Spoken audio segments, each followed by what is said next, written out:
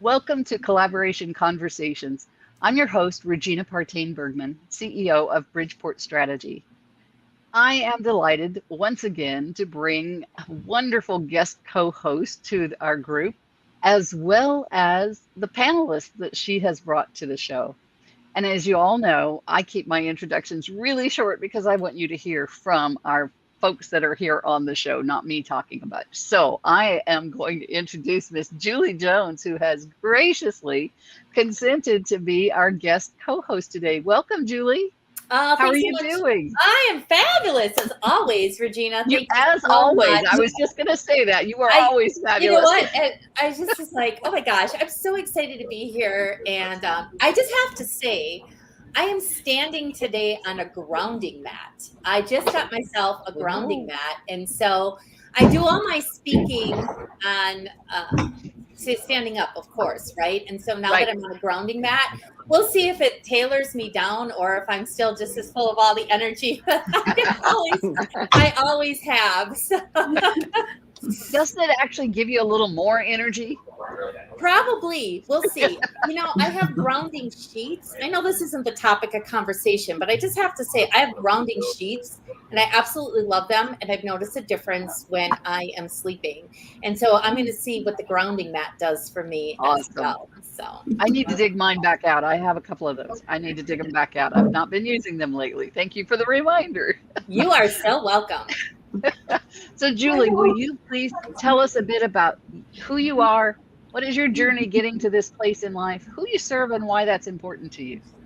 Well, thanks. I'm just going to remind everybody, just as a housekeeping, make sure you're on mute unless you're talking, because am picking up a little bit of background noise so Thank you. that we don't have any background noise. So Also, I like to say that I am the one and only Julie Jones, and I know there's lots of Julie Jones out there, but in my world, there's only me.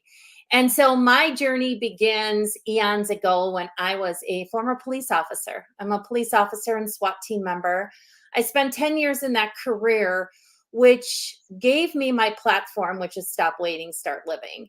And so, really, my platform is all about living in the now, being in the moment. See, as a police officer, I, saw a lot of tragedy. And the hardest thing I ever had to do, and Debbie's husband happens to be a police officer, a retired police officer as well, and is to give death notifications, here today and gone tomorrow. And so it led me to a place where it's a reminder that we are not guaranteed that tomorrow. And I've mhm. often talked about it. I talked about it on the last show that I was on with you, Regina, is that I've had some personal tragedy in my own life. So it really hit home when a little over 20 years ago, my mom passed away at the age of 59 from onset early Alzheimer's.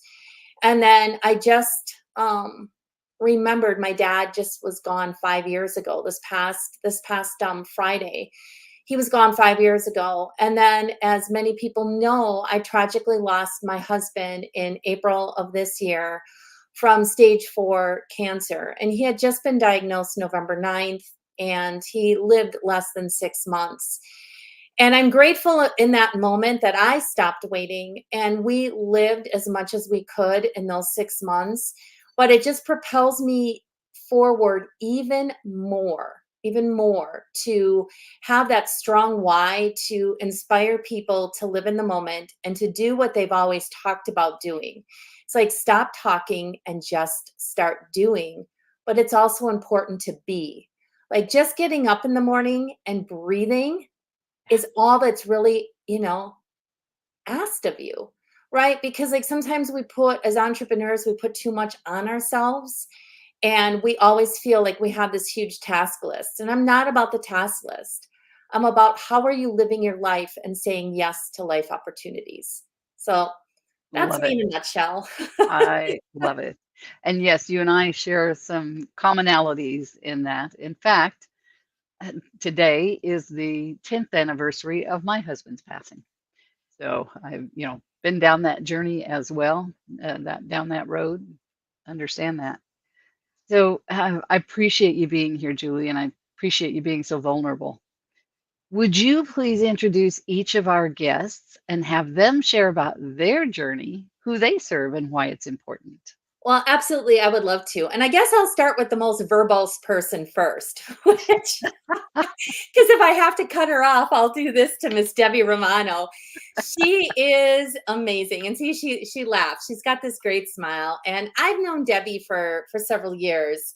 I'm fortunate that she is one of my clients as well, and her husband Al have an amazing business. But more importantly, they're amazing people that really truly have a heart to serve and to make a difference in this world. And that if I look around this room, those are the people that I've brought together today, is that everybody has a heart to serve and really make that difference. So Debbie, if you can, let's talk about you sharing your journey and your why of who you serve. Julie, I would be happy to start this panel, and I promise I'll keep it under control. Uh, One of the reasons that if you would have asked me this 12 years ago, if I'd be on a panel right now as an entrepreneur, as a woman owned business who wants to make a change in the world one bite at a time, I would have thought that can't be. But it's my story. And Julie, not only as a health coach, but as a friend. And those are things that go together as entrepreneurs, building a relationship. And Julie has helped me build relationships with businesses, with community, with my clients, and has shown me telling my story. Julie's given me platforms to speak in front of people, to tell them my story, where if I can reach one person, that gives me another jolt of happiness to keep doing what I do every day when I get up, when I really are struggling, when there's real struggles. And 12 years ago, when my husband had a quintuple bypass surgery, he was 56 years old, and he had five veins that were blocked. The left anterior descending artery was the worst. And they said, we got to get you in now, and we have to open up the chest. We have to put you on life machine, and we have to take care of business inside. And they did. And the physicians saved his life. I am blessed. And I was 51 at the time, very naive. I didn't know what I don't know. I thought I was doing the healthy things, at that age, in that realm of what we were taught, how we were programmed growing up, all these different things I know now, but I didn't know then. And all I wanted to do was keep going and bring health. And Julie, I think that is where the seed was planted in my brain to go forth when Al came back home and had success in the surgery. Where do we go from there? How do we not have this happen again? And I love research, and I love talking. I love listening. I do love to listen because I do learn, and I do retain the important things that just like spark my interest and love for health. So that being said, I haven't seen this yet, so I'll keep going a little further and let you know that I started researching how to reverse cardiovascular disease naturally. Because in my life, in my story, I lost my mother. She was 37 years old when she passed. She was type 1 diabetic. And I saw her give herself a shot in the hip every day. And I was a young girl when she passed. And that hit me through my life. My father had his first heart attack at 48 years old. And he had the open heart surgery, the carotid surgery, the valve work, all of that. So I have all of that in my life already, programming, everything. I was on every diet under the sun.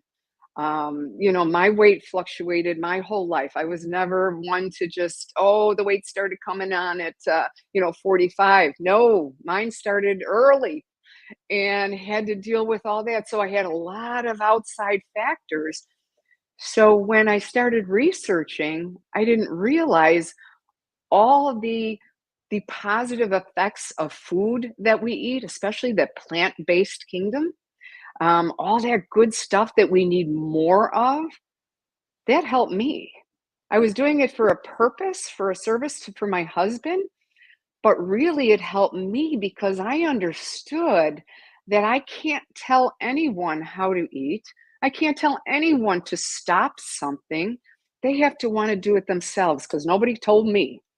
Nobody's going to tell me. I need to do it myself. And I knew that too with my husband. I'm not his mother. So I knew that I could not nag or say, you got to do this, you got to do this. Even though I really wanted to, it's not going to work. So all those factors of the research I've done, the seed that was planted, everything positive started coming in. And before you know it, I'm reaping the benefits of a cleaner lifestyle, of eating better and understanding the simple, not as a doctor, not as many years of education, but getting my certification in plant-based nutrition, understanding marketing, understanding the food industrial revolution, knowing that, and the simple science that we cannot argue. That was key to me because I was raising kids. I was working full time. I don't have time for all this, but I want to feel good. I want to be able to do this. I'm just a standard American female that just wants to go and go and go at that age of 51. And I'm still going and going and going with more energy at the age of 63 right now. And I just have to share that. And so I thought, you know what, I want to teach this. So then I went back to school again. And then I have my certification in nutrition and wellness as a consultant to understand cognitive behavioral changes and how we need to understand how we are all programmed in a certain way. But when we have the science, when we have the simple information and it's here, then it's really easy to make a better decision. When we have the education, one step at a time. And I like to say in my profession, one bite at a time. And that really has changed my life. It's changed my family's life. And now I've been blessed. It has changed my clients' lives. Woohoo! Thanks, Debbie. I was almost having to get ready. Like, woohoo! Thank you. I'm getting better, Julie. This is good. I know. Thank you. It's one of those things where you need to have a little timer by your side, so that you can time yourself. And you're fine, Debbie. You're good. You're good. You're fine. I just want to make sure that, like, with introductions and everything, that we have enough time to get to the meat of the conversations. That doesn't mean anybody else has to cut themselves short. But Ricky, you got 30 seconds. No. Hey, I do this for a living. I can get it done in 20. Oh. Well, I gotta tell you, Ricky and I just recently met, and we had such a great conversation. She has a podcast called Faith on Fridays, and I don't know, like there was just like this instant connection from the first time that we met. And I knew that when Regina gave me the opportunity to have the show, that Ricky needed to be one of my guests. I mean, she's out there, and I love who she is, what she brings to the table. So Ricky, why don't you go ahead and introduce yourself, your journey, and your why? Wow, that is so much going on right there. So, hi, I'm Ricky Smith. I am in El Paso, Texas, where it's hot as fish grease out here today. And I love being out here, but it is what it is. So I own a training company. It's called Stratus Training and Consulting. And I started a training company because I hate training. Anybody who has been in corporate America knows you have to go to mandatory training, which is basically the same as, oh God, kill me now. And so I was like, there's got to be another way. It seemed to me that the training that we would go through, the person who was teaching it at one time was a mortician in their first life. And all of the best takeaways were lost in my desire to get out of there. It was a whole day gone. You came back to your desk with 3,000 unplayed voicemail messages and 36,000 emails, right? And it was so much fun, said no one ever. And growing up as a military kid, my parents were in the military. I later went into the military myself. And the one thing that I noticed was training, training, training. But very few of us was getting a whole bunch out of it. So I basically set out to build a better mousetrap, because though training is necessary, I found out it doesn't have to be boring. It doesn't take a whole long time to get the best stuff. And statistically, and through research, we learn best when we're laughing, playing, and collaborating with others. We learned that in kindergarten, and we stopped doing it when we got our first job. What's happening? So I basically brought it back. I mean, there's nothing more fun than fun, and nothing funnier than laughter. And when you can do it with a group of people who are moving all in the same direction, it makes the best takeaways something you can actually take away and use. So that's kind of what I did. Who I serve, I am a corporate trainer, so I do corporate, small businesses, and individuals. I'm also a public speaking coach. Go figure. Because I found out that people who have been moved from the floor to middle management, and then from middle management to that corner office, yeah, they're good at what they do. They're horrible at telling people what they do. And so I basically come in and help them get their stories, literally get their stories together, get their points across, and teach them how to get a call to action that moves people out of their seats and into your office. So there I am. You're welcome. Woohoo! Like, you can see now why Ricky and I get along so well, because it's all about the fun, right? Like, if you're not having fun, you're doing something wrong. And Right. so, Ricky, thanks so much for being here today. I Thanks just for love the having me. energy that you bring. So, I think the two of you are definitely kindred spirits. Yeah, I'm gonna have to check out a grounding mat. My husband's probably like, do they come in a 6-pack? we'll talk further, Ricky. All right, so I am going to move on to our next guest, who, again, another dear friend, also a client. So Dr. Chris Condon has also, in fact, I forgot to mention that Debbie Romano has been on my television show as well. So Dr. Chris Condon was a guest on my TV show. I do have a TV show called Stop Waiting, Start Living. And Dr. Chris has helped myself and my entire family so much in his practice, not only from a physical level, but from a spiritual and emotional level as well. And so all these people on the call, I'm really proud to call friends. So Dr. Chris, I'd love for you to share a little bit too about your journey, your why, and who you serve. Thank you so much. And thanks for inviting me. It's great to be here and to meet some new folks.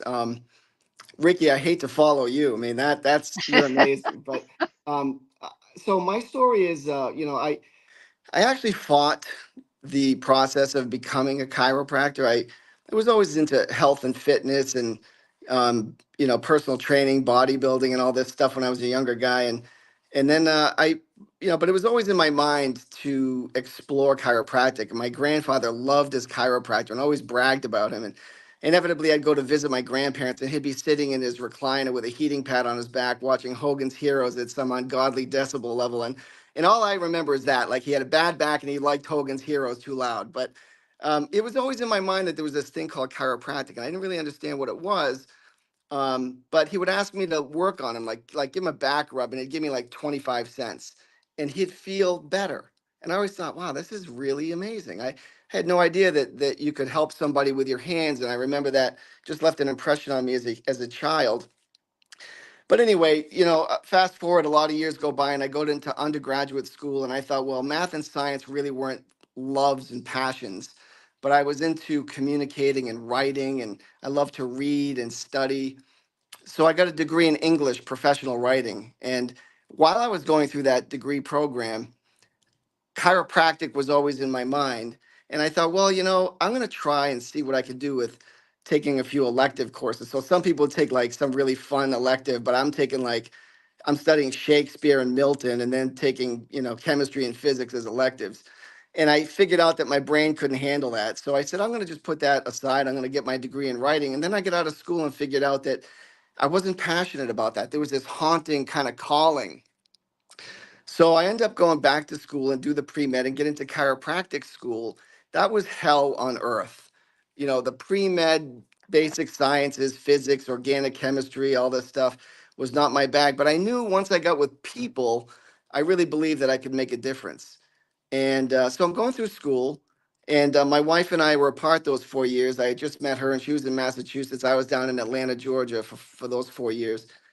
And it was really one of the toughest things I've ever done. And I still have like a recurring nightmare that I'm like a credit shy of graduating. It's just like this awful time. It was really a test. But I remember calling her early on and saying, this might be a mistake. I said, I think this might be a cult. And she's like, what are you talking about? And I said, well, they keep talking about changing and saving lives. What is that about? I thought it was like, someone's in a car wreck, they have a bad back or whiplash, right? You fix it up and have a nice day. I had no idea. And so I didn't talk about not knowing what you don't know. So then all these years go by, I stick it out and I go to philosophy class and I understand what the approach was really about. And I say now kind of jokingly, but it's the truth. I don't have a spine fetish. I'm interested in people's health. And so I've always made my mission about that.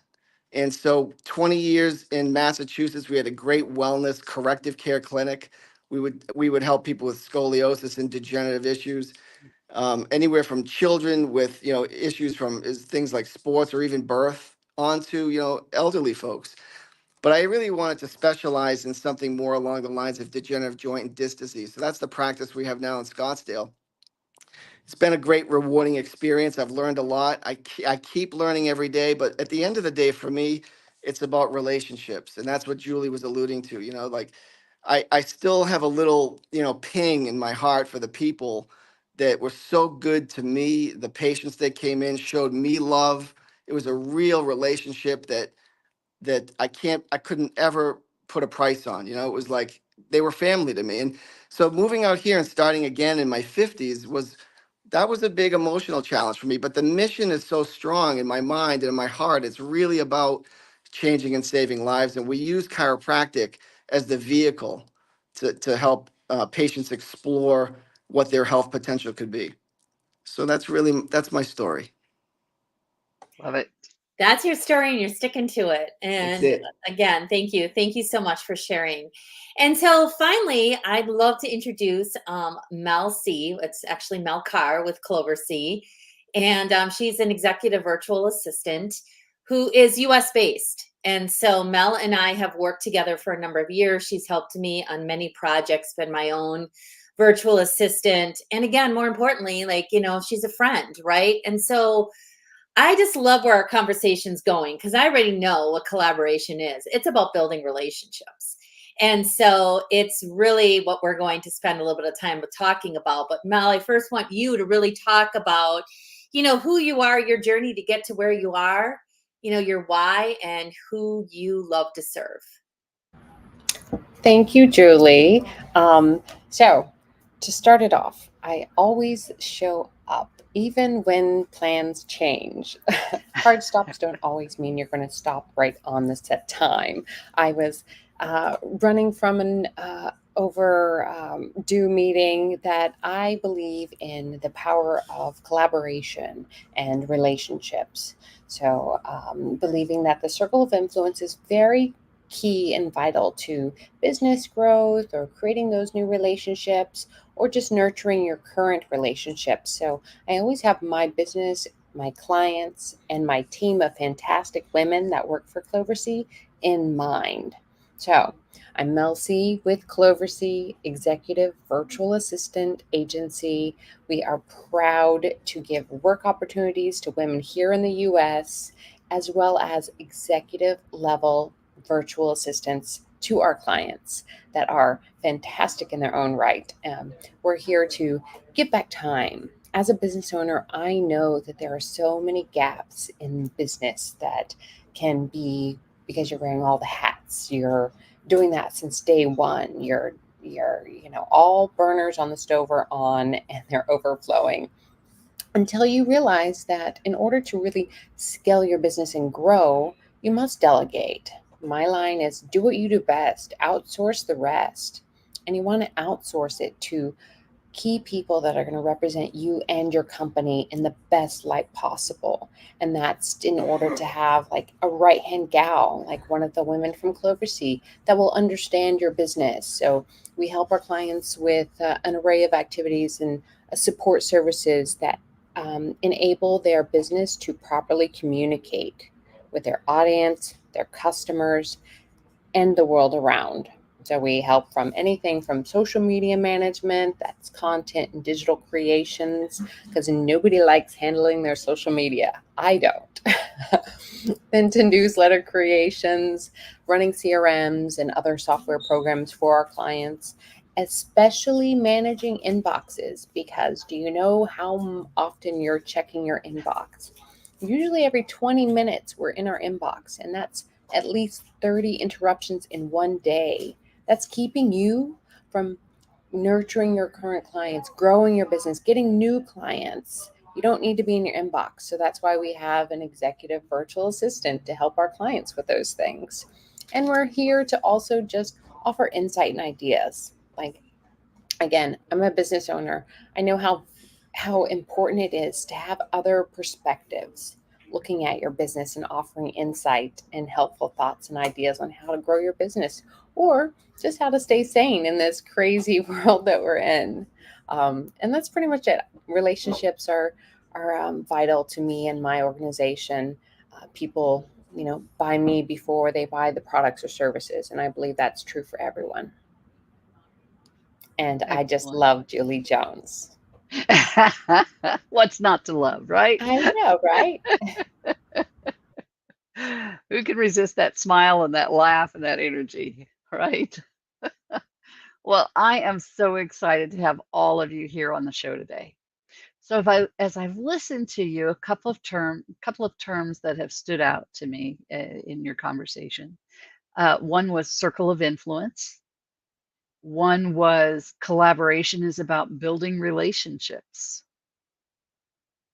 So I think I'd like to start this off by saying, how can we better use our circle of influence to make a major impact in the world and to be part of that ripple effect that comes from our collaborating with one another? And let's just dive in. If anybody has some thoughts on that, unmute and let's just talk it out.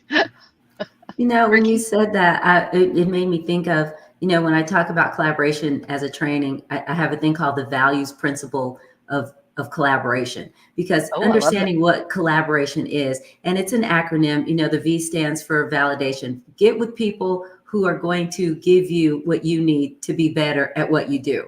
And then the A is become an ally. Don't be the hater nation. Do not be that person who's like, well, I can't collaborate with you because you're better than me. You're cuter than me. Shut your mouth. You're not my people. And then, the L is like-minded. Get around folks that dig the things that you do, or going in the same direction, but have a different idea, because that's a good thing. And then unite. You don't have to separate. You can still be together. And then your expertise. Just because I'm good, man, I'm amazing at what I do, but I suck at what y'all do. But I need y'all to be better at what I do. And that's the value principle of collaboration. Get out there and, Love and, that. and be vulnerable. Love it. Who else would Mel? Yeah, so I love what you said, Ricky, and I feel very passionate about collaboration, empowering other people. My second passion project company, Six Figure Chicks, is international bestselling book, which Julie was a part of the first book, and that's about empowering and inspiring other women by sharing our stories of success. I love what you said, Ricky, about I want to celebrate my success because it helps my clients, businesses grow. It helps give work opportunities to other women. I am not afraid to say I love making money. I want to be able to celebrate our success so that there are so many other women out there that feel like they shouldn't celebrate their success because other people may think bad about them, or, that they're full of themselves. I think I love that. Let's, lift each other up. And we do that with the collaboration and supporting everyone around us. Excellent. Excellent. Well, Julie? and it's like we have to be our biggest cheerleader. like, in regards to that, Mel, because so many times as entrepreneurs, we don't want to shout out about our successes, right? And so it's like being loud and proud of what you've done and who you are helping is such a key. And Regina, when you talked about circle of influence, sometimes I think about this, and I've been networking in the Valley. So I moved here to Arizona 23 years ago. And pretty much from the get-go, I got out there and started networking and meeting new people because I didn't know anybody. I had my parents out here who were snowbirds, and I moved out here with my ex-husband, but that was it. Like everything was like kind of new territory. And how do you build a new territory? You meet new people, Made new right? people. You meet people and then you build on those relationships. And I know we're going to talk a little bit about that, but a circle of influence doesn't happen overnight. It takes time. It takes you investing time in people. I found these numbers once I'm just going to give two of them. Like just to create an acquaintance takes 50 hours. 50 hours of time that you are spending with someone just to create that. A best friend takes 5 years. 5 years. And we're not talking just like, hey, how you doing? We're talking like the investment of time, quality time, value. I love Ricky. I love that acronym. That's awesome. I wasn't able to write fast enough. So we're going to have to get that down into the comments. But it's really, that's where, it stems from. And sometimes I've had feedback from people like, oh my gosh, you are so lucky. You have like, all these people, or you have like this contact list. It didn't happen overnight. It's been 23 years in the making. And look at, again, who do you surround yourself with? The people that are in this room with me today are not by chance. These are people that I have spent that time with. And take aside the fact that they may or may not be clients. They're honest to God friends. These are people in this room that I know that, like, if, all hell was breaking loose in the middle of the night, that I could, pick up the phone and call and they would be there. And that's what we strive to have in life when it comes to collaboration and creating that circle of influence. It's who's influencing you and who are you influencing. Mm, I like that. Julie, that was perfect. And how you say time, it's taken a long time. But as Mel and Ricky was saying, show up, visibility, value. No one's going to know that about you unless, and it's not easy. Sometimes you're like, oh, do I have to go to another, meeting or collaborate? Yes, we do. And when we do, at the end of the day, we're so glad we did. This life is not meant to be lived alone. It's not that kind of experience that we're designed for. It makes it Dr. interesting though, because you hear people as a public speaking coach, people will tell me, I really have a message, but I'm embarrassed to stand up in front of people to tell them. And what I tell my clients is, well, if you don't tell it, there are people who will fall by the wayside because they were waiting to get the story from you. Exactly. And a huge collaboration. As a speaker, and those of you online who are speakers, you understand this. You have to tell your message. It's not always for you. It's for the one person that needed to hear somebody say, me too. Because then that gives them the strength, the wisdom, the boldness, and the power to go on one more day. So And maybe to go out and change other lives themselves, which is when 100%. we then get to be part of that ripple effect, right? Right. We make Chris? Yeah, I love what I'm hearing. I mean, I think I absolutely love the value principle of collaboration, and I wrote that down, and I think I recognize more than ever at this stage of my life that as much as I think I've learned, there's so much more to learn, and to collaborate effectively. That expertise that I'm always striving for, that I think we all strive for, that we all want to be the best at what we do. Like I don't love the idea that there's someone that does what I do that's better than me. That really makes me crazy. So I want to be the best at what I do. But the expertise thing it should be a given, right? So in the collaboration, but it isn't, right? I mean, we all can mess that up, right? So it's like we have to be lifelong learners. But I think in the clients, patients' minds, that it's truly about the relationship thing. Like, I don't care how much you know, I care more about like until I know how much you care type of deal. And so the relationship element, conveying to people how much we care, and then when we collaborate, like let that person know that that power partner, right? Like, hey, I actually care about what you're doing. I see a synergy, and I know together we can make big things happen. It can be like, this triangulation of winning, right? For you, for me, for the client, and conveying that it's not a selfish interest to collaborate. I think we have to make sure that the other party knows that that's where our hearts are. Agreed. Agreed. So as you've all been involved in collaborations, um, what's that been?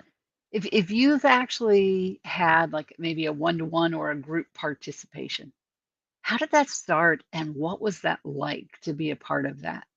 What kind of results did you create through that collaboration? I'm thinking of it because it makes me laugh. As a corporate trainer, this is what I do. I go into somebody's business, I get their folks together, and we try to gel them together. When you're talking about collaboration, one of the things is understanding your role in that group. Yes. Everybody's not going to be the leader. Everyone's not going to be the follower. You have to have the cheerleaders. You need to have the runners. You need to have your encouragers who are going to be, you can do, you got to have those people. But if you in a collaborative environment don't know your role, it makes it really hard, because one of the things that Doc was saying is that, we have a streak of competition in us. You ain't gonna beat me. You think you're the leader? Well, I'll show you. And there's nothing worse than having somebody in the lead who's actually a better cheerleader. It's like Julie and I. Okay, Julie and I are pretty much on 10 most of the time. When we're sleeping, we're on 8. You're welcome, Yeah, people. yeah. But we're on 10 most of the time. But in a collaboration, we sometimes have to bring it down a notch because somebody else has something to offer. We can take over, not because we're mean or evil or competitive. It's literally our nature. Right. It's who you are. It's who you are. But when you're collaborating, it is important to know where you fit so that it can run smoothly, because there are good collabs and there's some really trashy ones. Yes. And that is excellent advice. And one that's a piece that I've not heard on the show before, but how important it is to be or to understand your role within that collaboration. Well, Debbie, I know you're just dying. Oh, go oh, ahead. I was going to say, Debbie. well, and to Ricky's point, it's like it's really important to stay in your lane. It's like you really do know what you are good at. And, I talk about this with my clients all the time. It's like you don't have to be everything to everybody all the time, right? Like, what you do best, do what you do best, outsource the rest. I'll take that from, Mel's tagline, right? However, we do know. And that's where the collaboration and creating this win-win, idea comes in, is that because, okay, I'm a coach, but I coach in a specific way. Ricky coaches in a specific way. Debbie does as a health coach. And let's be honest, Chris and Mel have their opportunities that they're coaching people as well. But I know the lane that I stay in. And when somebody comes to me with something that is just not my expertise, hey, who do I know? See, that's where your circle of influence comes in, because who do I know that I can now refer out? Because number one, I have that trusted relationship with them. And number two, I know that they're going to take care of that person because that person came to me trusting me. So now who else do I trust that I can refer out to? And see, that's the key. I know several people as well too that are on this call from BNI. And BNI really talks about that. It stands for Business Networking International, but stay in your lane. Like, just stay in your lane, because there is enough to go around for everyone. And again, become the expertise in what you are passionate about. Like, sure, we can do all kinds of different things, right? Like, we're in a collaboration setting and, oh, I can do this and I can do that and I can be everything. What is it that you are so passionate about? People post about that all the time. Hey, what can you stand up and talk about for 5 minutes without any prompting? Because that's what makes your heart sing. Yeah. Couple of things. One, we're getting a little background noise somewhere, so if you're not speaking, if we can mute. And then also we've got some comments from a Donna Beers. She says this is fabulous information, and she said she totally agreed with what you said, Ricky, a moment ago. All right, so who else wants to chime in on this? Of course I will. And Donna also says we all have our own unique ability. Yes, Debbie, go for it. We do. I love to stay in my lane, because when I do speak and I'm good at what I do, when I say it, I'm able to speak. When I don't, then I spider, and I'm not helping anyone when I do that. So when I stay in my own lane, yes. And I also know that when I need help, and it's okay to ask for help in another profession. Yes. Asking Ricky is speaking, Julie is a business coach, Mel asking, for advice and sourcing out the rest. I'm terrible at social media, things like that. Dr. Chris, as a professional, we've spoken together at different, conferences and such. So it's just listening and asking for help, and then just taking those little tidbits and flourishing with it. Excellent. Love that. Mel?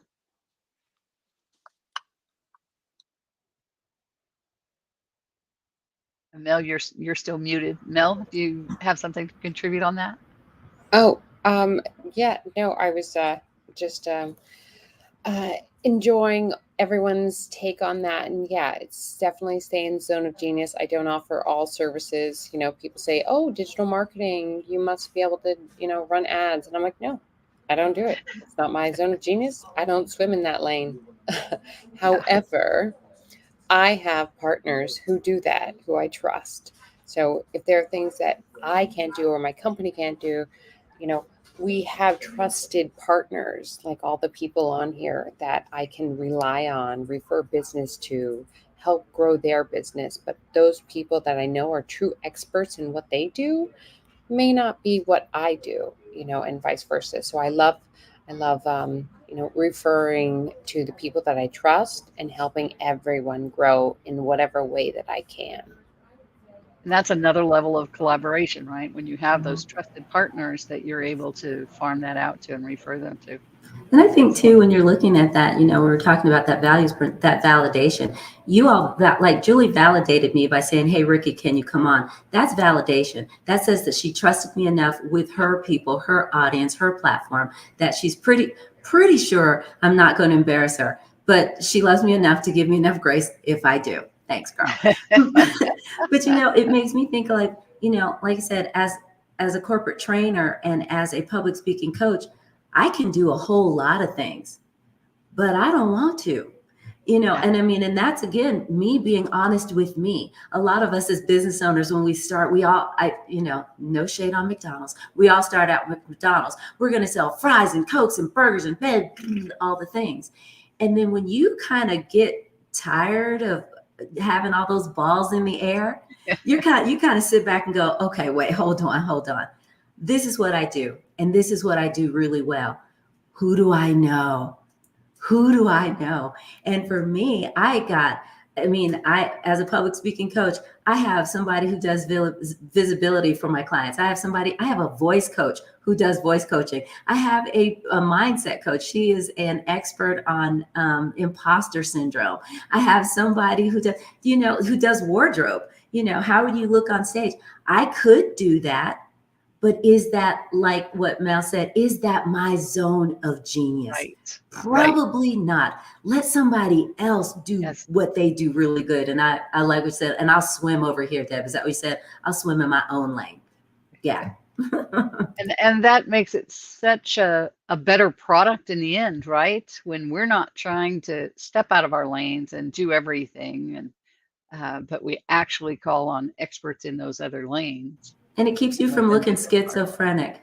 Yeah, within that your too. business. And feeling schizophrenic. Right. And literally pulling your hair out, staying up all night, trying to figure out how to do all these things yourself, as opposed to when you've got great collaborations, I can farm this off to somebody else. Absolutely. Hey, Absolutely. here's like I tell my clients, there is enough business, money, and shoes.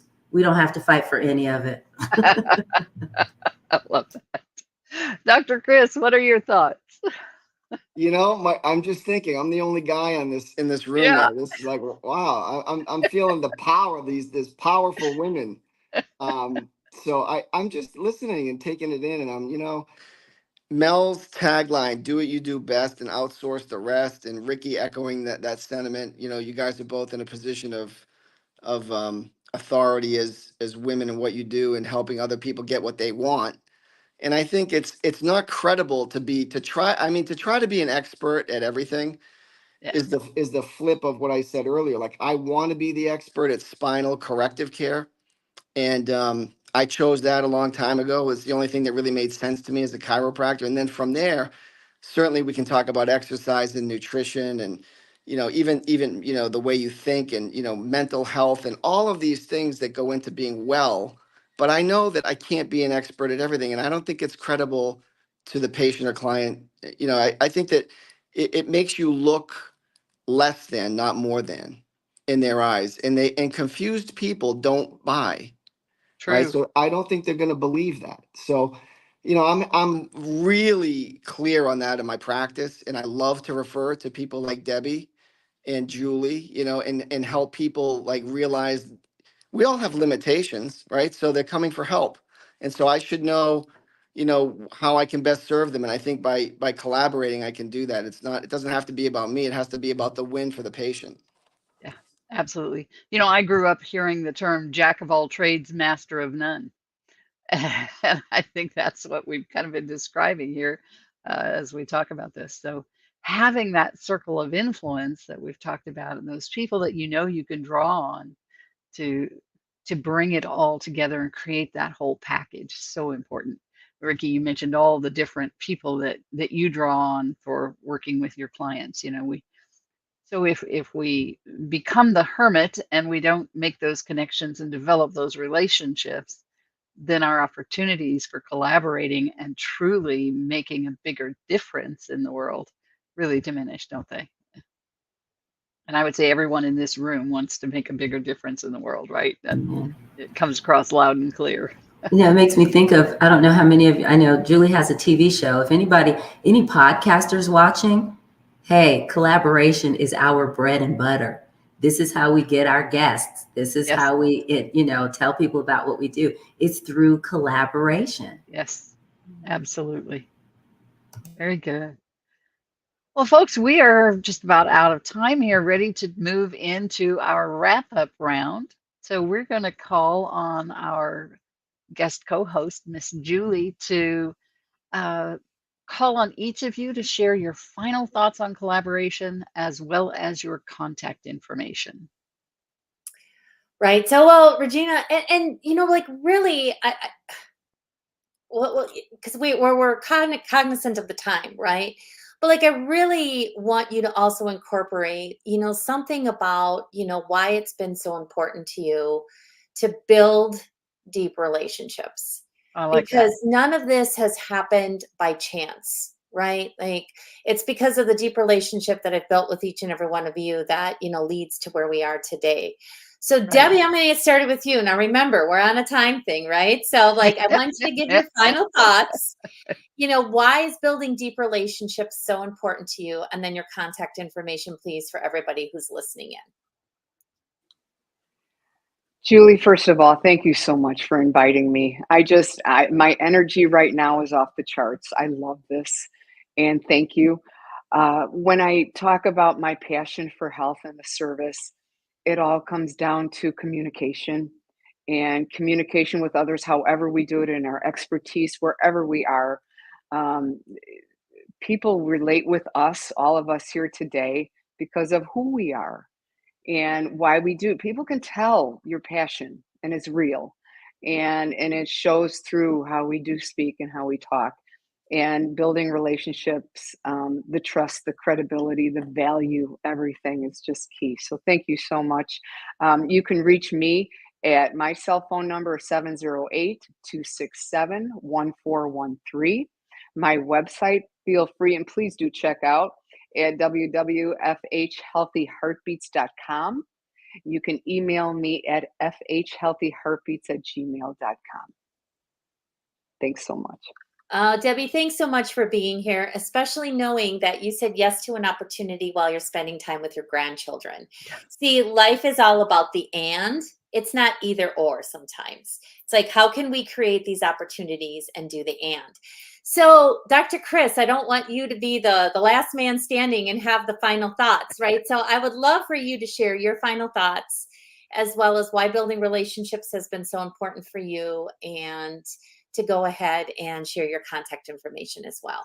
Thanks, Julie. Thanks again. Thank you for having me, inviting me, and Regina, thank you for hosting. It's just it's a treat to be in the room, so to speak, with you folks. And my whole life's about relationships, and my intention is to be relational, right? To relate, to be able to relate is how I have a relationship with somebody. So it's always great to meet new people because I learn something, and I think that's where I come from as a basis of just staying humble and being open, being a good listener. Those are the ingredients that I think matter um, when it comes to what you do and collaborating with others. So um, I can be reached at allyspinecenter.com. You can see me at Ally Spine Center on Facebook, and my office phone 480-809-4700. Thanks again. Chris, thanks so much for being here. And again, I know how busy you are as a chiropractor and as a doctor and a professional. So I appreciate you taking the time to be here as well. So Mel C with Clover C, let's get your final thoughts, wrapping up why building relationships is so important to you, as well as your contact information for everybody listening in also. Wonderful. Thank you all so much for being a part of this amazing interview. And Julie Jones, much love. And Regina, I look forward to many more connections. You seem as amazing as Julie Jones. So, with that said, collaborations and relationships are such an important part of my life, my business, my world. I'll share a quick story of hard business facts. So, I've invested a lot of my time into a very big client for the last 7 months, and that then didn't turn out so well. It wasn't a whole, unicorn and rainbows kind of event that it turned out to be. It really affected my company in a really big way. But thankfully, to the relationships that I have and I've built, and my friends, my clients, my support network, they've all been there to help me and my company come back alive and really refocus on what it truly means to support each other in any way possible.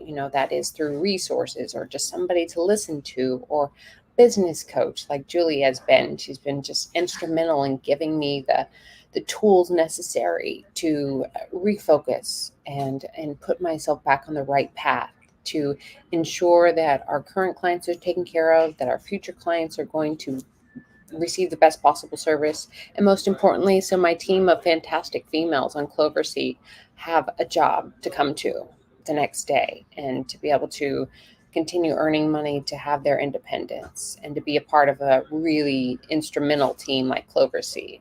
So I think it just speaks volumes. And that I'm so very lucky to have the amazing circle of influence that I have. And I welcome everyone else to join in that circle of abundance. If you're not connected with me, please connect with me, Mel C with Clover C. It's Clover with an SY.com. You can find me on social, Mel C, or Clover C EVA. And my phone number, welcome to text, call, whatever, 808-852-9217. Yep, it's an 808 area code, Hawaii. I can't get rid of it. Thanks so much, Mel. I know a lot of days that you are back-to-back meetings and working as well. So thank you again for your time, for being here today. We loved your insights and everything you had. And of course, my fellow fungi. See, there's this joke I talk. There's a mushroom walks into a bar. The bartender says, "We don't serve mushrooms here." He goes, "Why not? I'm a fungi." Wow. And dun dun. So She'll be here all week. Give us some thoughts. I love it. I'll wrap things up in just a minute, but I really want your final thoughts and why building relationships has been important to you and your contact information as well. First of all, collaborations are like money. All of it ain't good. So choose your collaborations with wisdom and boldness. Do not just take what falls into your lap. You are in charge of yourself, your business, and your hopes and dreams. Don't hook yourself to any wagon. Choose collaborations well. You see, in our day of the digital age, every influencer is like, I'm collabing. And then you hear later how they hate everybody. Choose your collaborations. You have the choice. And no is still a full answer.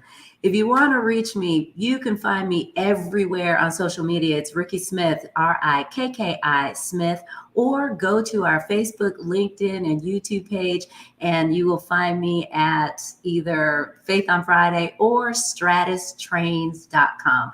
And we got freebies on our website, free public speaking stuff.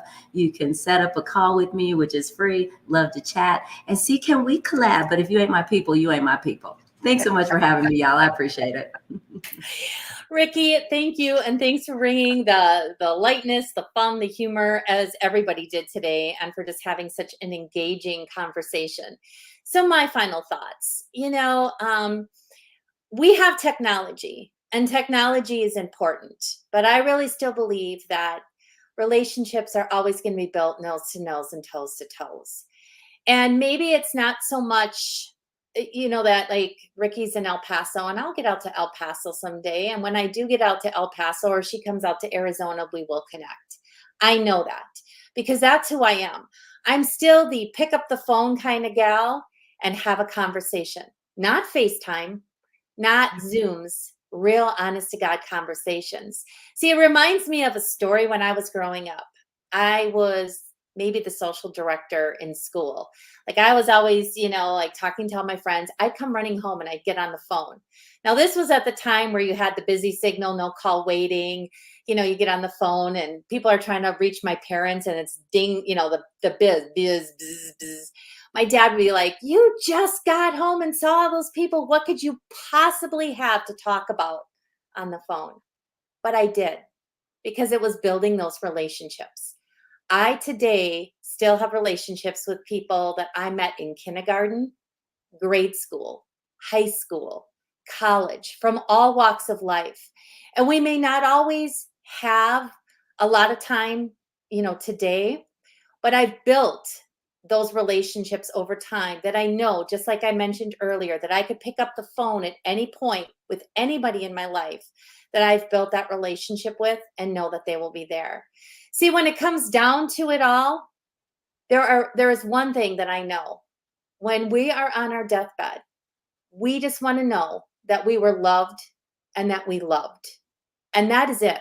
And that all stems really truly from building relationships and collaborating like we've done today. Regina, I can't thank you enough for hosting and for having this group of amazing people together. This has been so much fun, and it's been such an honor to spend this time with everyone and really share our thoughts today. So thank you. Oh, you're so welcome. It's absolutely my pleasure. This is one of the most fun things that I get to do all the time is host these shows and get to meet such a wealth of amazing people. And you all certainly fit into that range. I do want to say that Donna Beers has had lots more comments, so be sure and go back and check her comments. And she just some really nice comments and appreciation for each of you from her. So thank you, Donna. We appreciate that. And with that, we'll wrap up this version of Collaboration Conversations, and we hope to see you next time. Bye for now.